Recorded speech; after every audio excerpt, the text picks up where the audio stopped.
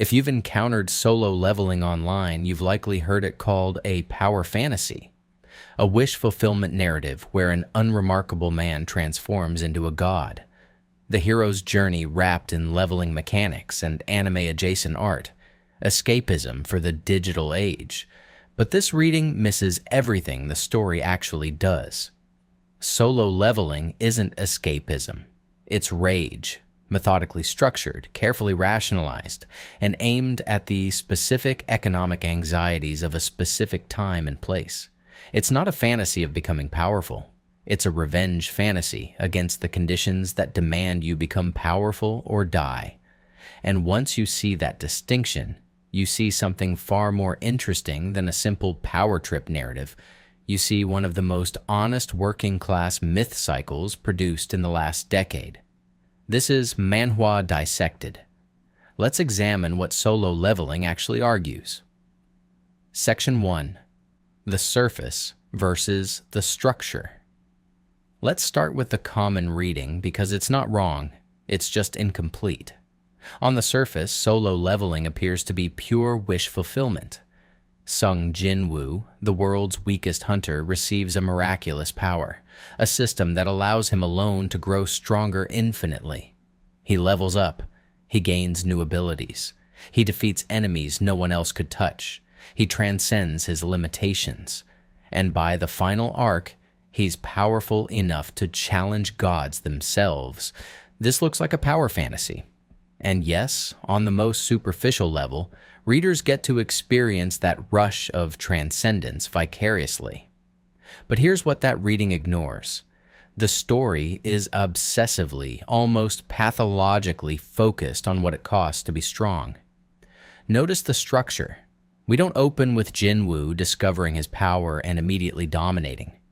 We spend chapters, in some cases volumes, watching him at the absolute bottom, watching him enter dungeons that nearly kill him, watching him work at jobs that humiliate him while still failing to pay rent, watching him come home bleeding and in pain, watching him make choices between medicine and food. The system gives him power, but the story never lets us forget that the world he inhabits forced him to be weak to begin with. And more importantly, the system doesn't save him from that world. It traps him in it differently. Compare this to a genuine power fantasy, One Punch Man. Saitama gets strong and is bored. The power fantasy ends when he acquires strength because, at that point, the wish is fulfilled. The story asks, what happens to the hero after the transformation? And the answer is existential ennui. Solo leveling asks a different question. What happens to the worker after the transformation? And the answer is, he works harder. Even after Jinwoo becomes exponentially powerful, he's still hunting, still calculating risks, still strategizing about money and influence. The system gave him strength, but it didn't free him from the logic of production and survival. If anything, it deepened his entanglement with it. He becomes more valuable, which means his labor becomes more demanded, which means the pressure never stops. That's not escapism, that's diagnosis. Section 2. The protagonist of precarity. To understand what solo leveling actually is, we need to look at who Sung Jinwoo is before he gets power, and crucially, we need to read him within the context of contemporary Korean capitalism. Jinwoo isn't a farmer's son in a fantasy world. He's a dungeon hunter in a neoliberal economy. The world of the story has organized around the existence of gates, portals to dungeons with monsters and loot. Society has adapted. There are hunters, the labor force, guilds, corporations, and a hierarchy of rank based on ability. S-rank hunters at the top, E-rank at the bottom. And Jinwoo? He's C-rank, but effectively E-rank. He's at the bottom tier of the formal labor market, which in the logic of the story means he's barely employed at all. He takes the most dangerous, lowest paying assignments. He gets cut out of better jobs because he's not skilled enough.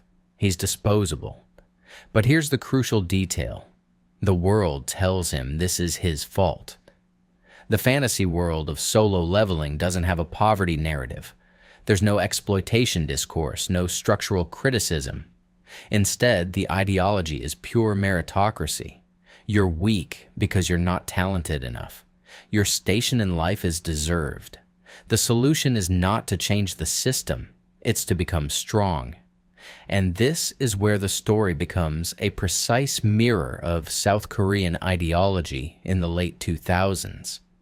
The same era produced by the collapse of the Shibal model, the emergence of the gig economy, and the rise of credentializing narratives.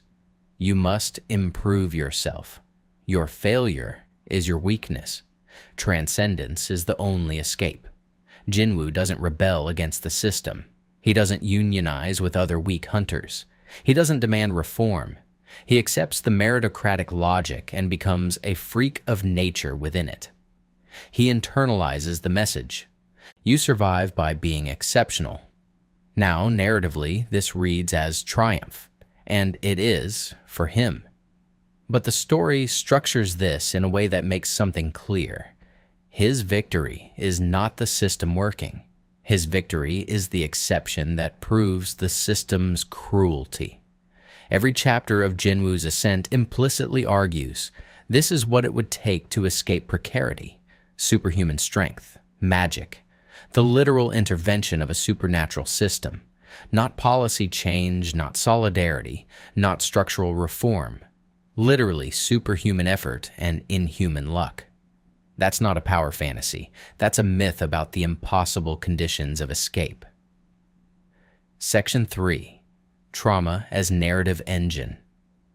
Let's move deeper into the psychology of the text, because solo leveling is also a profoundly traumatic narrative in ways that matter. The turning point of Jinwoo's life isn't the system appearing. It's his mother falling into a coma. She contracts a condition related to dungeons, related to his world, and falls into an unexplained sleep. And suddenly, Jinwoo's struggle shifts. It's no longer abstract. It's not about pride or ambition. It's about keeping his mother alive. This is the moment the story moves from personal ambition to survival mandate. And crucially, it's a mandate tied to care work. Jinwoo's entire system of motivation is built on providing for someone else.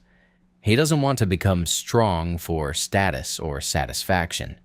He needs to become strong to afford his mother's medical care, to keep her fed, to ensure her survival. The power fantasy, if it exists at all, is secondary. The primary narrative is, I will destroy myself to keep someone vulnerable alive. This is where solo leveling crosses from standard manga/manhwa tropes into something that directly reflects the conditions of Korean working-class life. The care economy in South Korea is vicious. Healthcare is expensive even with insurance. Family obligations are structural and non-negotiable. And crucially, the burden of care often falls on individual family members, usually young men, who are expected to sacrifice themselves. Jinwoo doesn't fantasize about saving his mother and having a comfortable life. The narrative never offers that compromise. His choices are watch her die or work until he breaks, or find some superhuman solution. And when the system offers him superhuman power, he takes it immediately, not because he's greedy, but because he's desperate. The story, in this way, reframes the power fantasy as medical debt myth. The superhuman strength is inseparable from the survival need. They're not separate motivations. They're the same thing. You become strong because the world offers you no other option for keeping your loved ones alive. And this is a distinctly working-class myth, not a fantasy of luxury or dominance, but a nightmare of just barely keeping the people you love from dying. Section 4. The Machinery of Revenge. Now we arrive at the ideological core. Solo leveling is structured as a revenge narrative, and what it's taking revenge on is crucial. The antagonists of solo leveling aren't primarily individual villains with complex motivations. They're obstacles. demons, monsters, other hunters who underestimate Jinwoo. But if we read the narrative structure, the real antagonist is the world that devalued him. Every fight is a kind of exorcism. Every defeated enemy is an entity that threatened what Jinwoo was trying to protect, or represented the system that forced him into weakness. And as Jinwoo ascends, the scope of his revenge expands. He moves from defeating individual monsters to confronting the supernatural forces that created the dungeon system itself.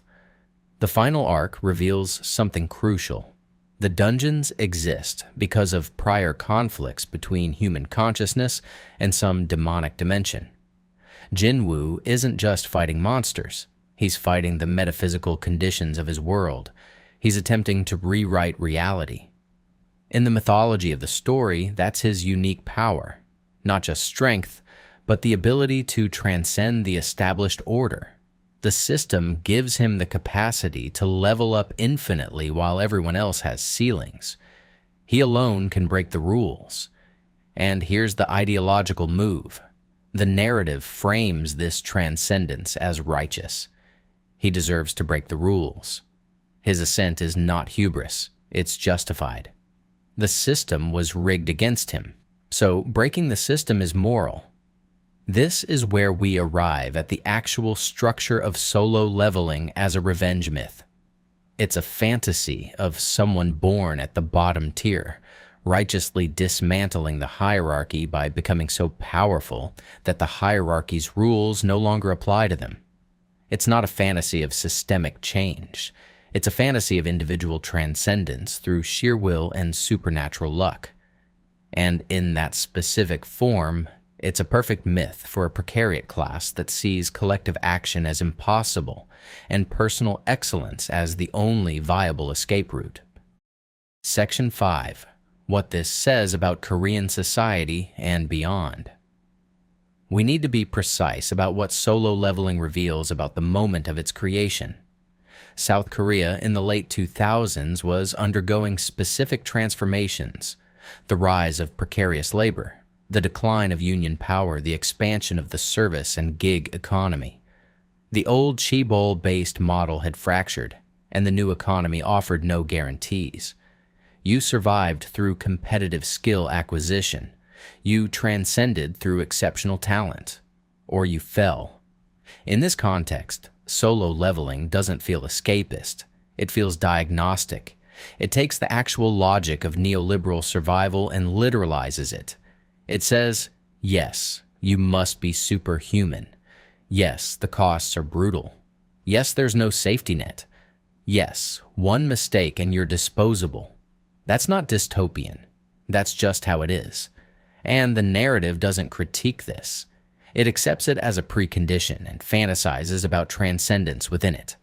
But, and this is crucial, the fantasy is specifically revenge.